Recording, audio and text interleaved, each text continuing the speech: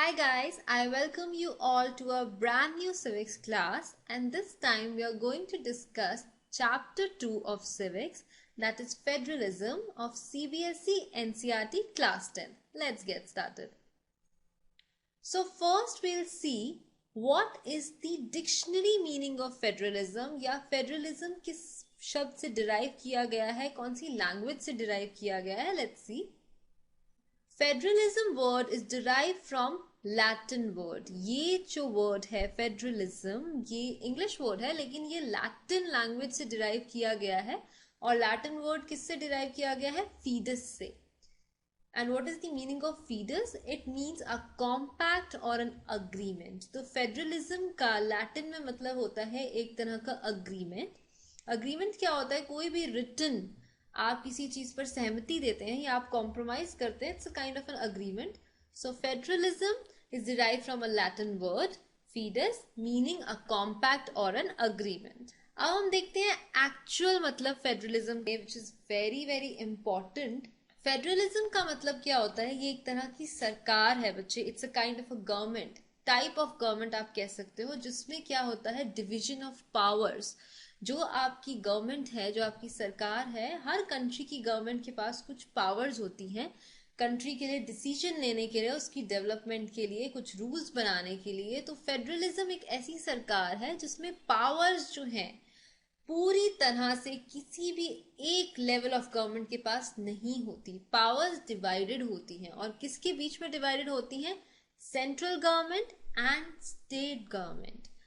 आपके पास कंट्री में एक ऐसी गवर्नमेंट है जिसके दो अलग अलग लेवल्स हैं. एक होगी सेंट्रल गवर्नमेंट और एक स्टेट गवर्नमेंट. ऐसी ऑर्गेनाइजेशन को गवर्नमेंट की फेडरलिज्म कहा जाता है, where there is division of powers between central and state government. ऐसी सिंगल गवर्नमेंट का लेवल नहीं होगा कि वो ही सारे डिसीजन ले रही है पूरी कंट्री के लिए. नहीं, ऐसी गवर्नमेंट होगी जिसके अंदर एक सेंट्रल गवर्नमेंट होगी और स्टेट गवर्नमेंट होगी, और दोनों के पास अलग अलग पावर्स डिवाइडेड होंगी. ऐसे सिस्टम ऑफ गवर्नमेंट को फेडरलिज्म कहा जाता है. यहाँ देखिए, both level of governments enjoy their power independent of each other.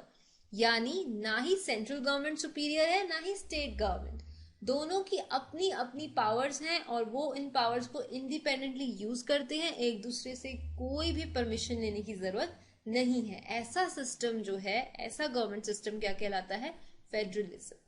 Now we will see the formal definition of federalism. Federalism refers to mixed और कंपाउंड मोड ऑफ गवर्नमेंट. यहाँ देखिए, mixed और कंपाउंड का मतलब क्या है? जिसमें एक से ज्यादा टाइप की चीजें हो, वो मिक्सचर होता है ना. तो ऐसी गवर्नमेंट मिक्सचर क्यों है? क्योंकि इसमें दो तरह की गवर्नमेंट है. इधर फोटो में भी आप देख सकते हैं, सेंट्रल गवर्नमेंट और स्टेट गवर्नमेंट. दो तरह की गवर्नमेंट इस सिस्टम में होती है. तो इसीलिए इसे क्या कह रहे हैं कि मिक्स्ड और कंपाउंड मोड ऑफ गवर्नमेंट है. जो किस चीज का मिक्सचर है? Combining a general government. General government का मतलब बच्चे सेंट्रल गवर्नमेंट ही है, इससे कंफ्यूज नहीं होना. सो कंबाइनिंग अ जनरल गवर्नमेंट, जिसको आप यहाँ पर सेंट्रल और फेडरल गवर्नमेंट भी कह सकते हो, with regional government. Regional government is another name for state government. ठीक है. तो फेडरलिज्म में दो तरह की गवर्नमेंट्स हो सकती है minimum. One is the central और द जनरल गवर्नमेंट और other one is the regional government. Regional government की यहाँ पर आपको बहुत सारी टाइप्स दी हुई हैं कि एक स्टेट की गवर्नमेंट रीजनल गवर्नमेंट कहला सकती है. पर्टिकुलर लैंड या टेरिटरी को गवर्न करने के लिए कुछ लोग काम कर रहे हैं, उनके पास अथॉरिटी है, तो वैसी गवर्नमेंट कहला सकती है. या कोई सब यूनिट है स्टेट गवर्नमेंट की. जैसे आप देखते होंगे कि स्टेट की एक गवर्नमेंट होती है. हमारे यहाँ इंडिया में हरियाणा की एक सरकार है, और अगर हरियाणा में गांव है तो वो एक सब यूनिट है उस स्टेट की, और वहां पर पंचायत है. तो कोई सब यूनिट की जो गवर्नमेंट है, ये सब क्या कहलाती है? रीजनल गवर्नमेंट्स कहलाती है. So federalism refers to mixed or compound mode of government combining general government and regional governments. Here is an example of some federal countries of world. ऐसी कौन कौन सी countries है world में जो इस तरह की government को follow करती हैं, federal system को follow करती हैं, जिसके अंदर central और state government अलग अलग होती है. Let's see. इस पिक्चर को देखिए, इसमें जितनी भी ग्रीन कलर से मार्क्ड है वर्ल्ड की कंट्रीज, ये सब फेडरल कंट्रीज हैं. मैंने सारी की सारी कंट्रीज कवर नहीं की हैं, I have covered some major countries, okay. So first one यहाँ आप देखिए कनाडा, यहाँ पर Canada is a federal country. जितनी भी कंट्रीज हैं ये फेडरल हैं, इसका मतलब यहाँ पर सेंट्रल और स्टेट गवर्नमेंट अलग अलग होगी और उनकी अलग अलग पावर्स होंगी। Second one Brazil, then Russia, Australia, and last one the most interesting one is India. यानी हमारी खुद की कंट्री में जो सरकार है वो किस तरह की है, फेडरल इन नेचर। वहां पर जो सरकार है यहाँ पर वो भी क्या है, फेडरल सिस्टम को फॉलो करती है। सेंट्रल और स्टेट गवर्नमेंट अलग अलग है और उनकी पावर्स भी अलग अलग है। अब नाउ लेट्स सी कि फीचर्स क्या होते हैं गवर्नमेंट को। अगर मैं कहती हूँ कि ये फेडरल गवर्नमेंट है तो सिर्फ एक यही तो नहीं हो सकता कि उसमें सेंटर और स्टेट गवर्नमेंट अलग अलग है, और भी बहुत सारे फीचर्स होते हैं जो एक गवर्नमेंट को फेडरल सिस्टम बनाता है। तो देखते हैं वो क्या फीचर्स हैं। सबसे पहले देयर आर 2 और मोर लेवल्स ऑफ गवर्नमेंट। यानी फेडरल सिस्टम में ऐसा नहीं हो सकता कि सिर्फ एक ही लेवल की गवर्नमेंट हो या एक ही टाइप की गवर्नमेंट हो, उसमें एक से ज्यादा लेवल ऑफ गवर्नमेंट होंगे। जैसे आप देखते हैं सेंटर गवर्नमेंट, स्टेट गवर्नमेंट की दो अलग अलग लेवल्स हैं, तो फेडरलिज्म में एक से ज्यादा लेवल होता है गवर्नमेंट का। सेकेंड, डिफरेंट टायर्स और लेवल ऑफ गवर्नमेंट आप कह सकते हो गवर्न दी सेम सिटीजन्स। अब आप ये देखिए कि अगर किसी स्टेट की गवर्नमेंट है वो लोगों को रूल कर रही है या उनके ऊपर कोई रूल्स बना रही है, उनके लिए डिसीजंस ले रही है, तो वो इंडिया का हिस्सा भी तो है। तो सिटीजन्स तो सेम ही हुए, जिनके लिए डिसीजन ले रही है सेंट्रल गवर्नमेंट या स्टेट गवर्नमेंट, वो सिटीजन्स जो हैं वो सेम होते हैं। तो क्या डिफरेंस है सेंट्रल गवर्नमेंट में और स्टेट गवर्नमेंट में? उनकी जुरिस्डिक्शन में जो उनके पास पावर है उसके ऊपर कुछ रूल्स एंड रेगुलेशन होते हैं कि किस हद तक उनके पास पावर होगी एक पर्टिकुलर टाइप की गवर्नमेंट के पास। सेंट्रल गवर्नमेंट की अलग जुरिस्डिक्शन होंगी। जुरिस्डिक्शन का मतलब क्या होता है, by law, through the medium of law उनको क्या क्या पावर्स दी गई हैं, वो आपका होता है जुरिस्डिक्शन। तो सेंट्रल गवर्नमेंट और स्टेट गवर्नमेंट की पावर्स जो हैं और उनके पास जो एक्सटेंट है पावर की कि कितनी ज्यादा किसके पास पावर होगी या किन मुद्दों पर कौन फैसला ले सकता है, वो अलग अलग होता है। लेकिन जिन लोगों को वो गवर्न कर रहे हैं वो सेम ही होते हैं। फॉर एग्जाम्पल यहाँ पर देखिए कुछ ऐसे मैटर्स दिए गए हैं जहां पर पावर डिफरेंट होती है सेंट्रल गवर्नमेंट और स्टेट गवर्नमेंट की, जैसे कि legislation, taxation and administration.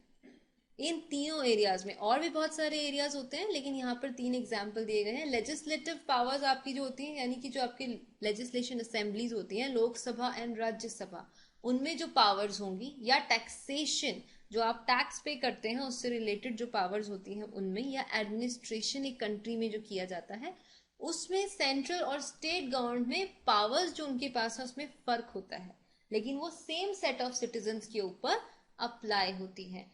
For example मैं आपको कहूंगी, जैसे कोई भी स्टेट है लाइक हरियाणा हो, पंजाब हो, उसके फैसले स्टेट गवर्नमेंट लेती है, लेकिन जब पर्टिकुलर स्टेट में इमरजेंसी होती है या वहां पर कोई ऐसा हादसा हो जाता है जो स्टेट गवर्नमेंट के कंट्रोल से बाहर हो, तब क्या होता है, वैसी स्टेट्स में प्रेसिडेंट रूल लगता है, तो वो सेंट्रल गवर्नमेंट के पास चला गया यानी डिसीजन। तो यानी उन्हीं स्टेट के लोगों को पहले स्टेट गवर्नमेंट देख रही थी और अभी उन्हीं स्टेट के लोगों को सेंट्रल गवर्नमेंट देख रही है, यानी सिटीजन सेम है। क्या बदला, उनकी powers through jurisdiction, through law. Next point है the jurisdictions of respective levels or tiers of government are specified in the constitution. देखिए बच्चे, अगर हमारे पास बहुत सारे लेवल की सरकारें हैं, हमारे पास सेंट्रल लेवल की गवर्नमेंट है, स्टेट लेवल की गवर्नमेंट है, की पावर्स भी अलग अलग है, तो ऐसी कोई तो चीज होनी चाहिए जो उन्हें बताए कि उनके पास क्या पावर्स हैं और क्या पावर नहीं है।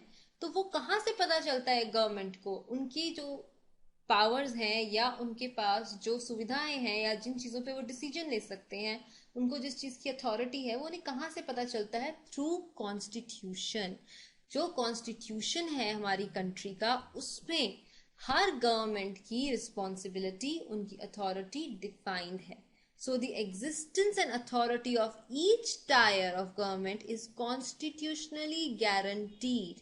इसका मतलब क्या है, इस गारंटी का मतलब क्या है कि अगर मैंने लिख दिया कॉन्स्टिट्यूशन में ये मेंशन्ड है कि स्टेट गवर्नमेंट जो है हेल्थ के इशू पर डिसीजन ले सकती है, तो अगर गवर्नमेंट कोई डिसीजन ले रही है स्टेट की तो आप उसे ऑब्जेक्ट नहीं कर सकते, कोई भी उस पर ऑब्जेक्शन नहीं लगा सकता, क्योंकि हमारे कॉन्स्टिट्यूशन में उन्हें ये राइट दिया गया है, स्टेट गवर्नमेंट को ये राइट दिया गया है। अगर कुछ मुद्दों पर ऐसा लिखा है कॉन्स्टिट्यूशन में कि सेंट्रल गवर्नमेंट स्टेट के डिसीजन को खारिज भी कर सकती है या उसको ना मान सकती है, तो भी स्टेट गवर्नमेंट उसे चैलेंज नहीं कर सकता, क्योंकि हमारे कॉन्स्टिट्यूशन में लिखा है। यानी इस केस में कॉन्स्टिट्यूशन हमारा जो है वो सुप्रीम है। अगर उसमें लिखा है कि पावर्स एंड अथॉरिटी इस पर्टिकुलर गवर्नमेंट को है, तो वो मानना होता है through out the country, nobody can challenge that, यानी उनके ये राइट्स क्या है, गारंटीड है बाय कॉन्स्टिट्यूशन। नेक्स्ट पॉइंट है आपका, the fundamental provisions of the constitution can not be unilaterally changed by one level of government. Uni का मतलब क्या होता है, वन। यूनिलेटरली का मतलब इंडिविजुअली। इसका क्या मतलब है, अगर हमारे कॉन्स्टिट्यूशन में कोई भी अमेंडमेंट करना चाहते हैं, कोई भी परिवर्तन करना चाहते हैं, किसी भी चीज में आप कोई चेंज करना चाहते हो, हमारे कॉन्स्टिट्यूशन में बहुत सारे आर्टिकल्स होते हैं, अगर आप किसी भी आर्टिकल में कोई भी चेंज करना चाहते हो तो कोई भी एक तरह की गवर्नमेंट कोई भी चेंज नहीं कर सकती। अगर स्टेट गवर्नमेंट को लगता है कि कॉन्स्टिट्यूशन में ऐसा कोई पॉइंट लिखा है जो उन्हें सही नहीं लगता और वो उसे चेंज करना चाहते हैं, तो वो अमेंडमेंट नहीं कर सकती। अगर सेंट्रल गवर्नमेंट चाहती है चेंज, तब भी नहीं हो सकता। जब दोनों की म्यूचुअल कंसेंट होगी, यानी स्टेट और सेंट्रल गवर्नमेंट दोनों कोई चेंज को एक्सेप्ट करेंगे, तभी वो चेंज होगा। यानी यूनिलेटरली इंडिविजुअली कोई भी सरकार चेंज नहीं कर सकती। फेडरलिज्म में सेंट्रल एंड स्टेट गवर्नमेंट की रजामंदी दोनों के एक्सेप्टेंस से ही चेंज किया जा सकता है। Fifth one, courts have the power to interpret the constitution and the powers of different level of government। अब यहाँ पर बताया गया है कि हमारे जो लीगल कोर्ट्स हैं, यानी कि आपके supreme court, high court, district court, सारे कोर्ट्स जो हैं, उनका क्या रोल रहता है फेडरलिज्म में।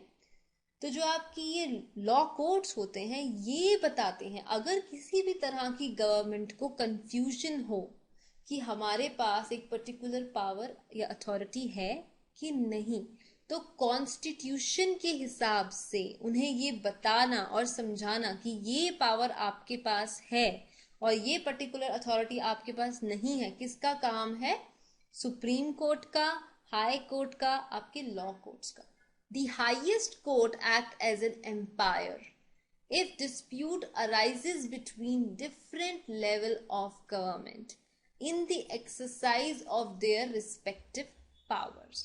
अगर किसी भी तरह की दो गवर्नमेंट्स में डिस्प्यूट होता है, मतलब लड़ाई होती है, कोई झगड़ा होता है या किसी पर उनके विचार नहीं मिलते, अगर सपोज सेंट्रल गवर्नमेंट और स्टेट गवर्नमेंट जो है उनके आपस में किसी चीज में विचार नहीं मिलते, तो जो सुप्रीम कोर्ट है ऐसे डिस्प्यूट्स को खुद हैंडल करता है। फॉर एग्जाम्पल, अगर मैं कहती हूँ कि दिल्ली की जो सरकार है, जो हमारा अपनी कंट्री का एग्जाम्पल हो, तो सेंट्रल गवर्नमेंट कहाँ पर है, दिल्ली में है, क्योंकि Delhi is capital of our country.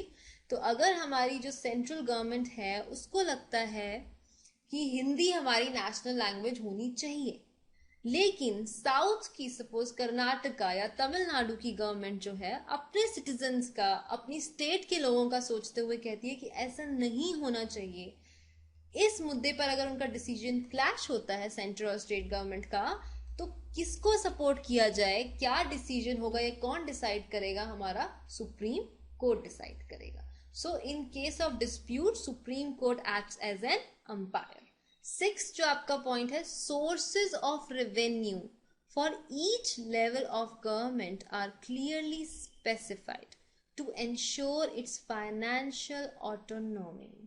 अब क्या है, जो भी हमारी तरह किसी भी तरह की सरकार है, वेदर सेंट्रल गवर्नमेंट और स्टेट गवर्नमेंट, उनके पास अपना पैसा तो होता नहीं है। पैसा कहाँ से आता है, देश के लोगों से आता है, जो हम इनकम टैक्स पे करते हैं, रोड टैक्स पे करते हैं, इन तरह के सभी टैक्सेस से पैसा सरकार के पास जाता है। तो सेंट्रल गवर्नमेंट और स्टेट गवर्नमेंट दोनों को ही पैसा चाहिए, कहाँ से उन्हें पैसा मिलेगा, किस रीजन से वो पैसा ले सकते हैं, ये जो उनके सोर्सेज ऑफ रेवेन्यू है ये क्लियरली डिफाइंड है हमारे कॉन्स्टिट्यूशन में, कि अगर स्टेट गवर्नमेंट है तो वो किन किन जरियों से पैसा ले सकती है, और जो सेंट्रल गवर्नमेंट है उसको पैसा वर्किंग के लिए कहाँ से मिलेगा, जो सोर्सेज हैं जहां से पैसा आता है वो क्लियरली डिफाइंड है हमारे कॉन्स्टिट्यूशन में, ताकि किसी भी तरह का डिस्प्यूट पैसे को लेके ना हो। फाइनेंशियल ऑटोनॉमी का मतलब क्या है कि हर कोई गवर्नमेंट जो है फाइनेंशियली इंडिपेंडेंट हो अपने सोर्सेज से पैसा लेने में, and there should be no dispute. Next last point क्या है, इसमें बताया गया कि अगर कोई कंट्री फेडरल सिस्टम अडॉप्ट करती है, जो हम फेडरल सिस्टम टाइप की गवर्नमेंट लेते हैं, तो उसका कोई बेनिफिट होगा, वरना कोई क्यों फेडरल सिस्टम अडॉप्ट करना चाहेगा। इसके दो बेनिफिट्स या दो ऑब्जेक्टिव आप कह सकते हैं, दो मकसद होते हैं फेडरल सिस्टम के। सबसे पहला, to safeguard and promote unity. जो भी कंट्री इस तरह की सरकार बनाती है फेडरल तरह की, वो चाहती है कि उसके सिटीजन्स यूनाइटेड रहें, उनमें यूनिटी बनी रहे। तो किसी भी कंट्री का सबसे पहला मकसद क्या होता है, अपनी यूनिटी को बढ़ाना और उसे प्रोटेक्ट करना, while at the same time regional diversity को अकोमोडेट करना, इसका क्या है, सेकंड ऑब्जेक्टिव है। पहला तो है कि यूनिटी को प्रमोट करना है, दूसरा है कि रीजनल डाइवर्सिटी का भी ख्याल रखना है। ऐसा कैसे हो सकता है ये मैं आपको बताती हूँ। देखिए, हर स्टेट का कल्चर इंडिया में डिफरेंट है। इन अ कंट्री लाइक इंडिया, आप यहाँ फोटोज में देख सकते हैं, काफी डिफरेंट कल्चर आपको दिख रहा है एक छोटे से स्नैपशॉट में। और इंडिया जैसी कंट्री जहां पर इतना डिफरेंट कल्चर है, वहां पर एक सेंट्रल सरकार कामयाब नहीं हो सकती, क्योंकि जो दिल्ली में बैठे हैं वो नहीं जानते कि ईस्ट का कल्चर क्या है और वहां की प्रॉब्लम्स क्या है। तो ऐसे में वहां की कल्चर को प्रोटेक्ट करने के लिए, उनकी रीजन की डाइवर्सिटी को प्रोटेक्ट करने के लिए इट्स इम्पोर्टेंट कि स्टेट के ही लोग, स्टेट की ही सरकार कुछ डिसीजंस ले, ताकि उनकी डाइवर्सिटी बनी रहे। लोकल लोग उस प्रॉब्लम को, लोकल प्रॉब्लम को बेटर समझ सकते हैं। इस बेसिस पर क्या बनाई जाती है स्टेट गवर्नमेंट, किसको प्रोटेक्ट करने के लिए, रीजनल डाइवर्सिटी को। और अगर हर स्टेट सोचे कि हम इंडिविजुअल हैं, हमारी सरकार अलग है, तो हम कुछ भी कर सकते हैं, हम तो किसी कंट्री का पार्ट नहीं है, तो उनको यूनाइट करने के लिए और उन्हें एहसास दिलाने के लिए कि they are part of one nation, क्या बनाई जाती है, सेंट्रल गवर्नमेंट। सेंट्रल गवर्नमेंट पूरी नेशन के लिए एक समान होती है, तो वो उन्हें यूनिटी का एहसास दिलाती है। सो यूनिटी एंड डाइवर्सिटी दोनों फेडरल सिस्टम मेंटेन करने की कोशिश करता है। अब एक सेकेंड टाइप की गवर्नमेंट हम देखने वाले हैं, that is unitary government. Federal तो हम अब तक पढ़ते ही आ रहे हैं, यूनिटरी, यूनि मैंने आपको ऑलरेडी बताया था, इसका मतलब होता है वन, एक सिंगल। तो फेडरल का जो बिल्कुल कंट्रास्ट होता है, जो उसका बिल्कुल अपोजिट होता है, वो होता है यूनिटरी। ये ऐसी सरकार है बच्चे जिसमें या तो एक ही लेवल होता है गवर्नमेंट का, या अगर एक से ज्यादा लेवल भी होते हैं गवर्नमेंट के, तो पावरफुल सिर्फ एक होता है, दूसरा सिर्फ उसके ऑर्डर्स लेता है। दो equal levels of government unitary system में नहीं होते। Here you can see in the picture, एक कंपैरिजन दिया है मैंने। फर्स्ट पिक्चर देखिए, फेडरल या फेडरेशन गवर्नमेंट का। यहां पर एक सेंट्रल अथॉरिटी है जिसे आप सेंट्रल गवर्नमेंट समझ लीजिए, और बहुत सारी रीजनल अथॉरिटीज हैं जिसे आप स्टेट गवर्नमेंट समझ लीजिए।